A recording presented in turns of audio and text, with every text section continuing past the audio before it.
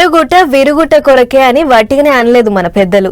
ఏదైనా ఓ మోతాదుగా ఉండాల్సినంత ఉంటే ఏ పంచాది లేదు గాని పాపం పెరిగినట్లు పెరిగితే మాత్రం ఎన్నడో ఓ నాడు పేకమేడల లెక్క కూలిపోవాల్సిందే. అగో గింతగానం సాగదీసి చెప్తున్నారు. మోదాలు అసలు ముచ్చటేందో చెప్పరా అదుర్రి అని అంటారా? అయితే పాన్రి. ఎండి ధరలు చూసి ఎగపోతలొద్దు సుమా, ముంగట ముంగట దాని ధరలకు ముక్తాడు పడుతుందంటారు మేధావులు.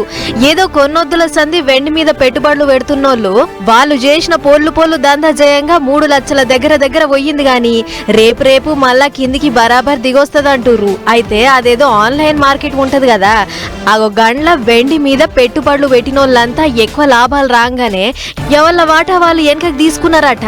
ఇక కడ్మ పెట్టుబడులు పెట్టినోళ్ళంతా వెండి ధరలు ఇప్పుడు ఎట్లా మారుతున్నాయో చెప్పలేకుండా ఉన్నది కాబట్టి ఒకటే రోజుల 20,000 తగ్గిందంటే అచానక్లా ఇంకెంత తగ్గుతుందో.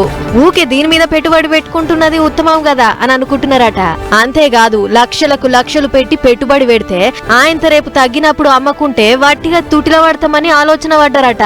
దీంతోని పెట్టుబడులు తగ్గితే ధరలు కూడా తగ్గుతాయి. అదే గనక జరిగితే గరీబోళ్లకు అందకుండా ఉన్న వెండి ముంగట మళ్ళా పాత రేటుకు దిగినా దిగొచ్చు అని అంటుర్రు వెండి దందా బగ్గ చేసే వ్యాపారులు. అంతేకాదు డిమాండ్ కు సరిపోను వెండి లేదంటుర్రు కాబట్టి గా ముచ్చట్లు కూడా జర్రంత గట్టినే పట్టించుకుంటుర్రట.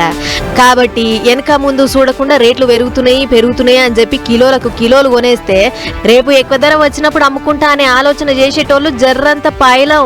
ఇవాళ కాకపోయినా ఇంకో నొద్దులకైనా వెండి ధరలు పక్కా తగ్గుతాయని ముచ్చట్లు వినబడుతున్నాయి. మరి చూసి వట్టిగా బొందల వడకుర్రి అని సలాలు ఇస్తుర్రు కొందరు. ఏదేమైనా మంగళవారం ఒక్కనాడే కిలో వెండి మీద 18,000 తగ్గి 2,58,000కు దిగింది. ఈ దిగుడు ఇంకా కూడా ఉంటది. గుడ్డిగా ఎక్కువ ధరలు పెట్టి కొని అటెంక ఆగంగా ఆకుర్రి.